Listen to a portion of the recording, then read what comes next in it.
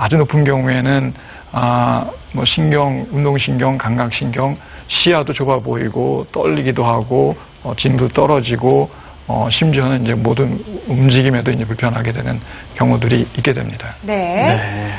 자, 그러면 수은에 이어서 이번에는 납에 대한 얘기를 좀 해볼 텐데요.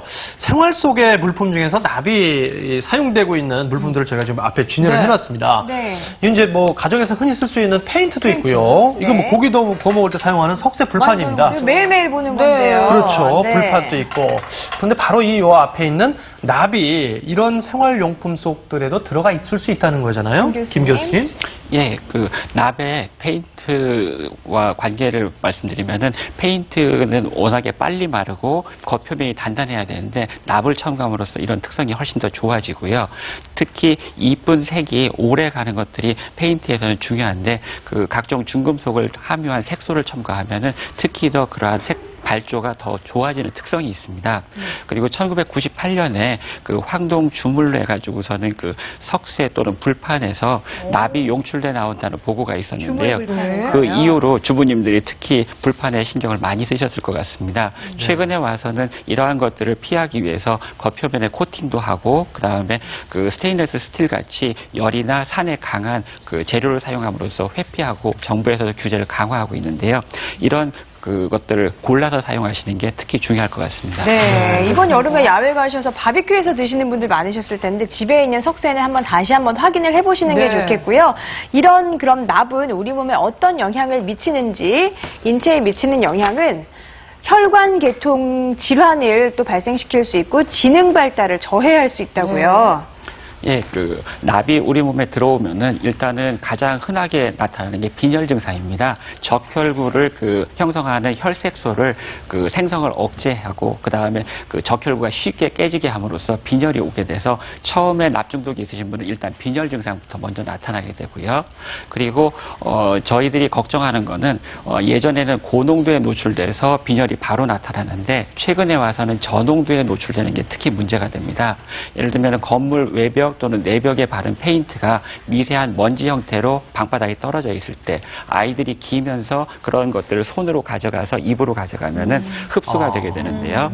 예전에는 40 이상이면 안전하다라고 그 WHO 같은 데서도 얘기를 했었지만은 최근에 와서는 10 이하의 농도도 결코 안전하지 않고 지적 발달 장애, 나중에 학습 능력의 장애 이런 것들이 온다고 알려져 있어서 더욱더 큰 문제가 될 것 같습니다. 예, 규제가 강화되고 있다고는 하지만 좀 꼼꼼히 조심을 하셔야겠습니다. 네. 자, 그럼 세 번째 살펴보도록 하겠습니다. 세 번째는 카드뮴이라는 중금속인데요. 앞에 보시면은 숯불구이 같은 데 써서 사용하는 성형탄이 있고 건전지. 앞에 건전지 있어요. 건전지. 또 담배도 이렇게. 담배에도 중금속이 있어요? 건전지. 정말 백해무익하는군요. 예. 네. 그 카드뮴, 그러니까 이 축전지에는 니켈 카드뮴 화합물이 사용되기 때문에 그 안에 공업용 원료로 사용되고 있고요.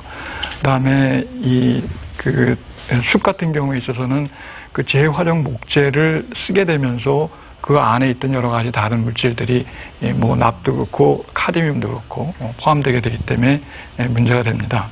한편 담배 같은 경우에는 담배를 재배하면서 사용하는 이제 비료들 중에 일부가 카드뮴에 오염돼 있어서 담배잎 자체에 카드뮴이 섞여 있고 그리고 담배를 피우거나 뭐 간접 흡연을 받거나 하게 되면은 또 문제가 될 수가 있습니다. 근데 카드뮴이 우리가 먹는 곡식에서도 우리가 볼 수 있나요?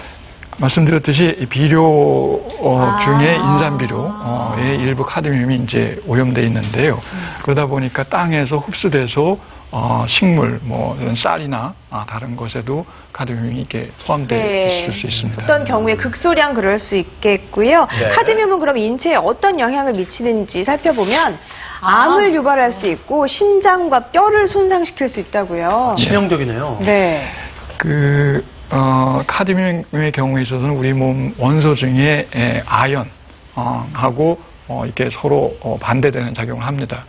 근데 아연의 기능 중에 여러 가지 있지만은 그 유전자 복제에 관련되는 것들이 있어서 암이 그 카드뮴으로 유발되지 않을까 의심도 하기도 하고요.